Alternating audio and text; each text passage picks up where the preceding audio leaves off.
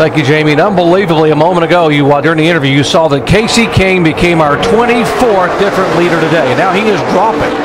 Yeah, he's dropping like a rock now. I don't know if that's by design, but he did get up there and lead a lap. He did, and I was going to say, it's not many times that you talk about teammates helping each other pushing, but you had Elliott Sadler, who's a teammate of Casey Kane. One's in a Dodge and one's in a Ford. So a little different scenario, but Elliott doing a great job in that Ford out front right now.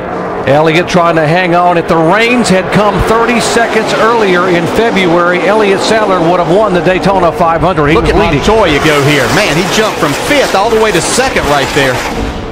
That's the car he won the pole in here back in April. Juan Pablo Montoya now running in 2nd spot. Strimmy is 3rd. Burton and Gordon 4th and 5th. Okay, here's Jimmy Johnson still running at the back. Now, if you'll remember back during practice a couple days ago, Jimmy Johnson and Michael Waltrip were running right close together, and they were using that 2-car draft where they were touching each other through the corners. They got called down for it. Michael Waltrip got parked for a time. I wouldn't be surprised now if we see those 2 cars hook up late in this race and drive straight back to the front. Juan Pablo Montoya now takes the lead. He had led 1 lap earlier. And there's that gaggle of cars, 33 of them coming by. And look back in 33rd position. There's the 48 of Jimmy Johnson. Still plenty of time to go in this race. I mean, we've got 39 laps to go, so plenty of time to make your way up there. You can see how quickly things change up through there. There is a little bit of a mentality, though, that when you make that last pit stop, that now is time to go. But here today at Talladega, I'm not sure that you want to do that. I think you want to wait a little bit longer. If you've done this all day, like you said, stick with it. You see now, there's the 55 car, Michael Waltrip. He's just hanging back there with Jimmy. I wouldn't be surprised if you see these 2 cars hook up and go straight to the front. They know how to do it. And we heard Denny Hamlin say they started pushing it a little bit, and he wouldn't be surprised to see somebody use that strategy to get the win. Marcus Ambrose, sorry, DJ, got a good car. 4 wide here in the tri-oval. Yeah, that's why I was just going to kind of piggyback on what Andy said, that we're seeing guys starting to push the envelope a little bit more here. They're side drafting off each other. They're a lot closer. That usually creates some contact. Everybody can't drive around here like this all the time, and somebody not make a mistake at some point in time. Well, look at Elliott Sadler. He was the leader. Now he's dropping backwards there. Just lost the draft and went all the way to the back of that group. David Reagan able to slide up in line. That's a great shot we're getting from the Goodyear blimp. See racing all over the place. Montoya getting a push from Mears, and outside of Montoya, the 31 car of Jeff Burton. Update Montoya. Shannon.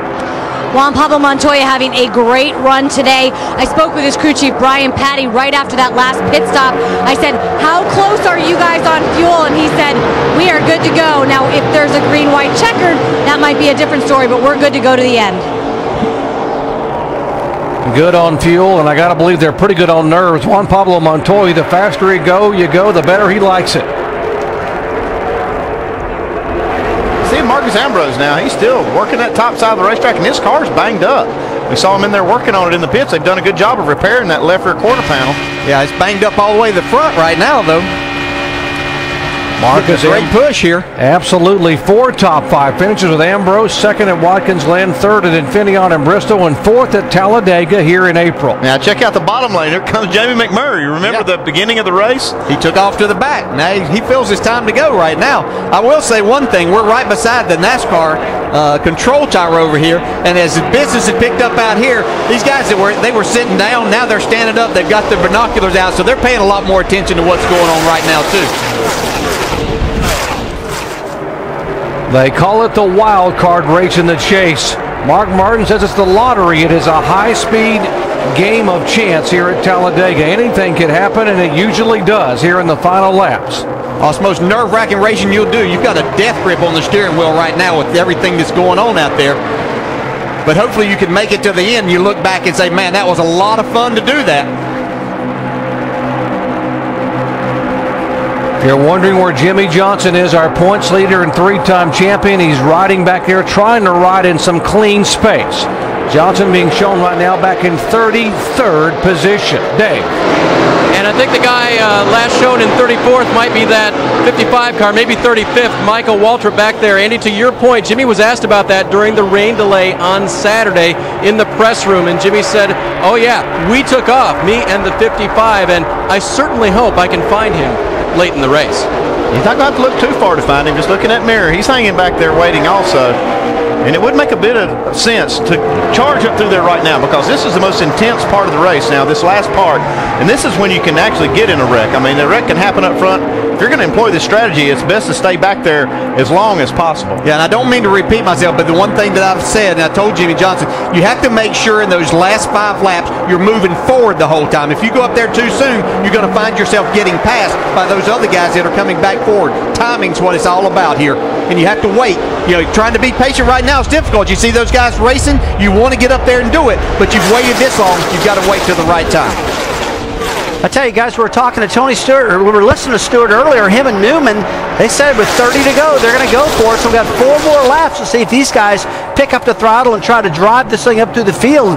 They got to make sure they can do it. I don't think anybody knows if they can get from the back to the front yet. I got a feeling some are going to start trying it here.